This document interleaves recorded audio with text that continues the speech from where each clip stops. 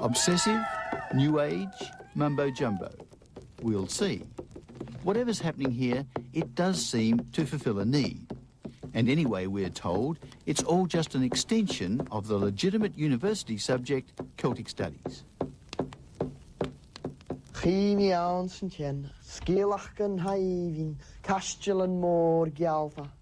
Skelach is a tale or a telling, and shortened to none.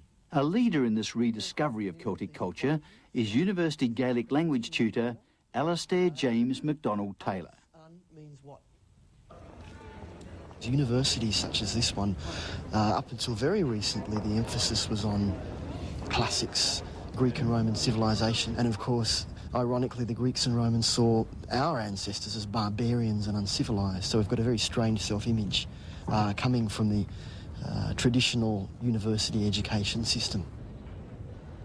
Alisdair Taylor believes that Celtic culture underscores much of the egalitarian nature of Australian society, but has been overshadowed by other cultures, especially the class-ridden English, the resistance to which we are currently being reminded of in films like Mel Gibson's Braveheart.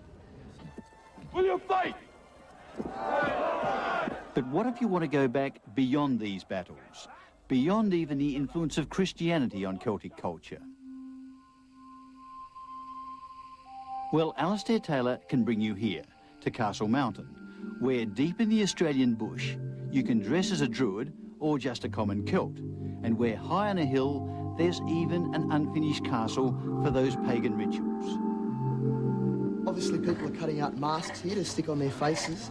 This is a very traditional custom at Samhain Eve for this Celtic festival. It gave people a wild look. And the idea Away from the university, Alisdair Taylor, language tutor, becomes the purveyor of ancient Celtic myth and legend.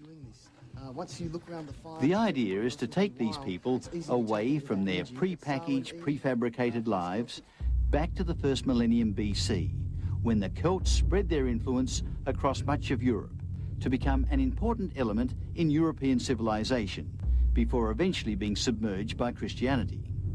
the actual faces would be boiled off the animal's skull and slipped onto the person's head.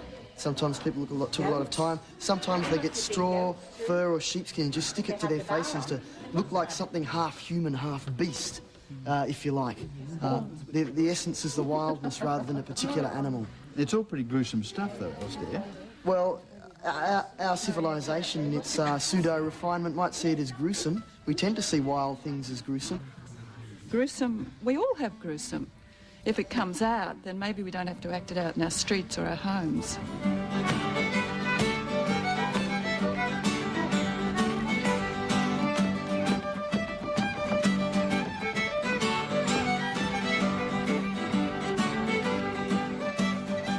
Rather than conceal, these masks of acrylic fur begin to reveal what some of these people have come to find and why.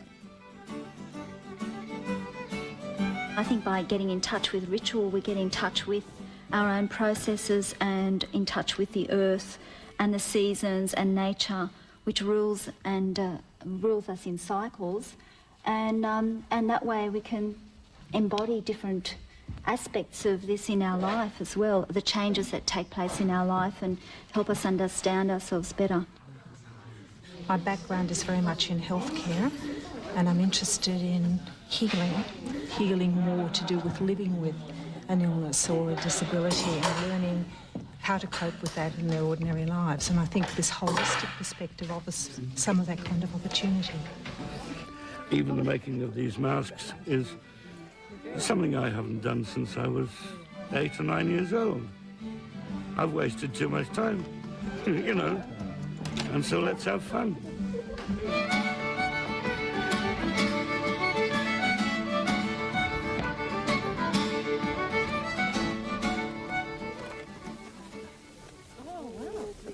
So is this weekend an insight into a bizarre mix of ancient customs and self-enlightenment, manifest in the building and the burning of a wicker man, this one made of straw, traditionally a ritual to celebrate nature's cycle. The burning represents change, the discarding of the unwanted. Once upon a time, there were sacrifices, even human sacrifices. But these days in the Australian bush, you'll be pleased to learn, These people do it for other reasons. The Wicker Man ritual is thought to have involved the burning to death of prisoners taken in battle. But this doesn't seem to deter our Celt enthusiasts, who point to brutality common to most cultures down the ages. Instead, they prefer to look at the other side of this ritual, the celebration and reverence of nature, the very core of ancient Celtic culture. You see, this is very pagan in a way, yet it's exactly what Celtic Christians have also been doing for thousands of years. Do you understand, though, some people of the more orthodox faiths not being able to do this? Perhaps, and that's their own limitation. They're closing themselves off to something very beautiful that a lot of them, their ancestors only a few generations back did anyway, and they do well to remember that themselves.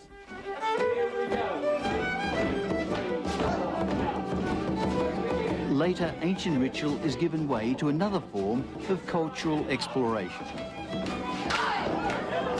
So everyone's obviously having a good time, but what does Australian bush dancing have to do with the ancient Celtic culture? Alisdair Taylor. Well, it's a funny thing, isn't it, that the most of the steps to bush dancing and the music that informs it are actually based on Celtic tunes, and that is just part of the Celtic heritage of Australians. Contemplating it all over the music, a meal and some mead, what do these people think they've gained from their Celtic weekend? This is my first opportunity to sort of actually do some rituals that the Celtic people did and experience what their spiritual dimensions were. And that's been of value? Yeah, I think so, yes. Connects you to